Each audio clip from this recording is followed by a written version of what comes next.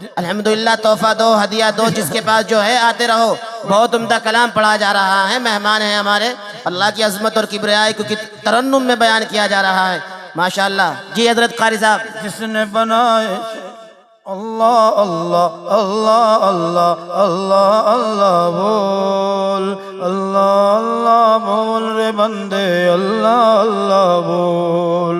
तुझको खुदा ने पैर दिए हैं, जमीन पे चल कर देख, पेड़ और पौधे, खेत खयाबा, झील समंदर देख।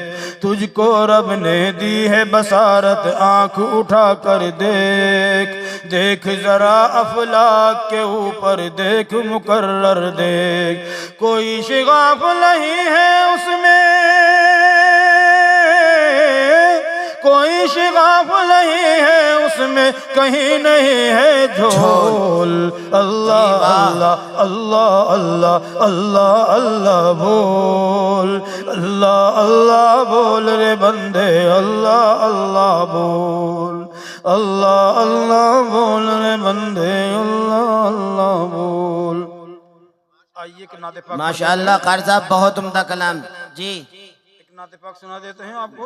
जी जी भाई, एक जोर से नारा लगाओ और आप ये साबित कर दें कि वाकई तबीयत बशाशत महसूस कर रही हैं। जोर से कारी साहब के इस्तकबाल में नाराए तकबीर, नारा